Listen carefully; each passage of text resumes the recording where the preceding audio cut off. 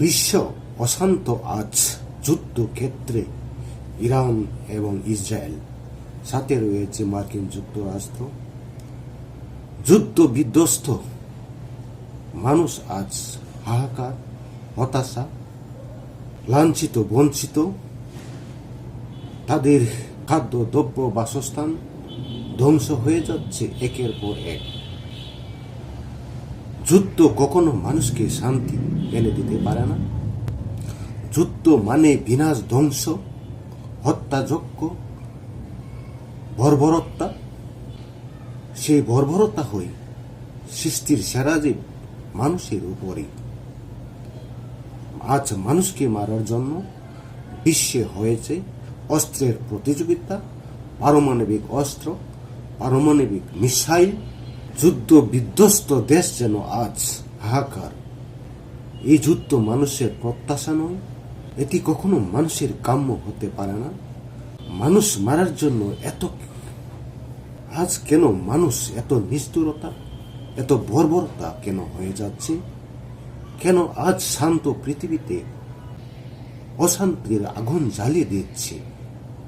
যুদ্ধ কখনো শান্তি শৃঙ্খলা আনতে পারে না। যুদ্ধ মানুষের জীবনে মঙ্গল বয়ে আনবে না।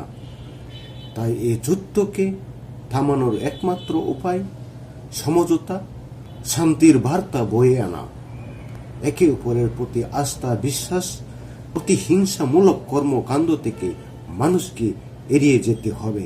নয়তো পৃথিবীতে কখনো শান্তি শৃঙ্খলা বার্তা বয়ে আনবে না।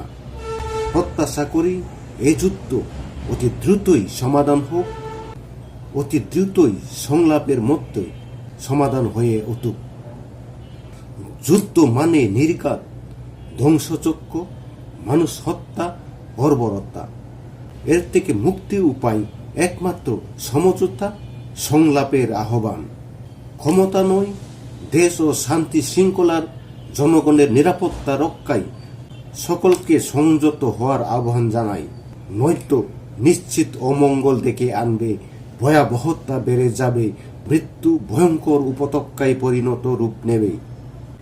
সারা বিশ্বে নিয়ন্ত্রণহীন হয়ে পড়বে দ্রব্যমূল্য, মানুষের শান্তি, নিরাপত্তা। বিশ্বে পরাশক্তিরা যখন যুদ্ধ হয় তখন সারা বিশ্বেই এর প্রভাব দেখা মেলে। আমরা যুদ্ধ চাই না, আমরা শান্তি চাই। শান্তিপ্রিয় মানুষ শান্তিপ্রিয়ভাবে পৃথিবীর সকল মানুষ যেন নিরাপত্তায় নিশ্চিত হয়। যুদ্ধ হচ্ছে ইরান, ইসরায়েল, আমেরিকা, কিন্তু এই যুদ্ধ যেন সারা বিশ্বে ছড়িয়ে পড়ছে। যেমন দেখতে পাওয়া যাচ্ছে বাংলাদেশের মিডিয়া, গণমাধ্যম, মেইনস্ট্রিম, ওনারাও যেন এই যুদ্ধক্ষেত্রে অংশগ্রহণ করছে। নিরপেক্ষভাবে প্রচার না করে তখন সংবাদ মাধ্যমের নিরপেক্ষতা নিয়ে প্রশ্নবিদ্ধ হয়। তেমনি দেখা যাচ্ছে বাংলাদেশের মেইনস্ট্রিম গণমাধ্যম এবং দৈনিক পত্রিকা সংবাদ মাধ্যমের মাধ্যমে ওনারাই বিজয় ছিনিয়ে নিয়ে যাচ্ছে, ওনারাই যুদ্ধক্ষেত্রে অংশগ্রহণ করছে, ওনারাই উৎসাহ উদ্দীপনা করে যেন রসদ জোগাড় করছে। এমনটাই দেখা যাচ্ছে বাংলাদেশের সোশ্যাল মিডিয়াতে।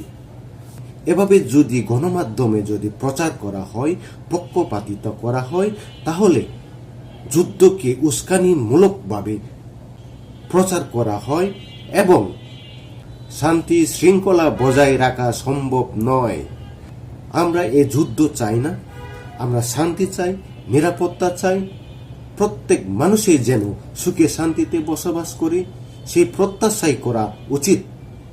কোনো দেশের মানুষ যেন এই যুদ্ধে মৃত্যু হোক, আমরা তা চাই না। প্রত্যেক মানুষের মৃত্যু কামনা করা ঠিক নয়।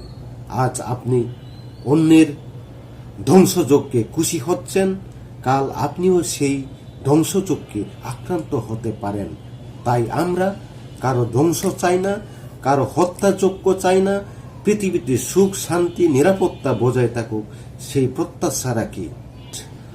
ইরান সরকারের উচিত ছিল দেশের শান্তি শৃঙ্খলা, দেশের নিরাপত্তা নিশ্চিতের জন্য সমঝোতায় সংলাপ করা। কিন্তু আজ যুদ্ধ বেঁধে দিয়ে দেশের মানুষকে দেশকে ধ্বংসযজ্ঞ লীলায় মেতে উঠেছেন। রাষ্ট্র ক্ষমতাকে আঁকড়িয়ে ধরে রাখার জন্য দেশ ও জনগণের জীবন নিয়ে ছিনিমিনি খেলা কোনো রাষ্ট্র নায়কের অধিকার নেই। প্রত্যেকটা রাষ্ট্রপ্রধানের উচিত দেশের মানুষের শান্তি শৃঙ্খলা নিরাপত্তা বজায় রাখা। তার জন্য যে কোনো প্রয়োজনে পদক্ষেপ নেওয়া উচিত।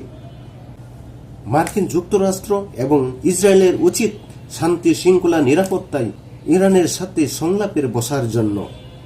কারো উপর আঘাত মারণাস্ত্র পদক্ষেপ নিয়ে কখনো শান্তি শৃঙ্খলা আলাপ আলোচনা হতে পারে না। তাই উচিত ডোনাল্ড ট্রাম্প এবং বেনিয়ামিন নেতানিয়াহুর দুজনে একসাথে সৌহার্দ্যপূর্ণ আলোচনা করা। বিশ্ব চাই শান্তি, এই যুদ্ধ থেকে মুক্তি। আজ আপনারা একে অপরকে যে প্রতিশোধ নিচ্ছেন, যে ধ্বংসযজ্ঞ খেলায় মেতে উঠেছেন, যেভাবে বিভিন্ন প্রতিষ্ঠান এবং আবাসিকে হামলা চালিয়ে যে ধ্বংসযজ্ঞ করে যাচ্ছেন, এর অবসান অবশ্যই করা উচিত। প্রত্যেক রাষ্ট্রপ্রধানের উচিত দেশ ও সাধারণ মানুষের নিরাপত্তা শান্তি শৃঙ্খলা বজায় রাখা। তাহলে বিশ্ব শান্তিতে ও নিরাপত্তাহীনতা থেকে সকলেই আমরা মুক্তি পাব।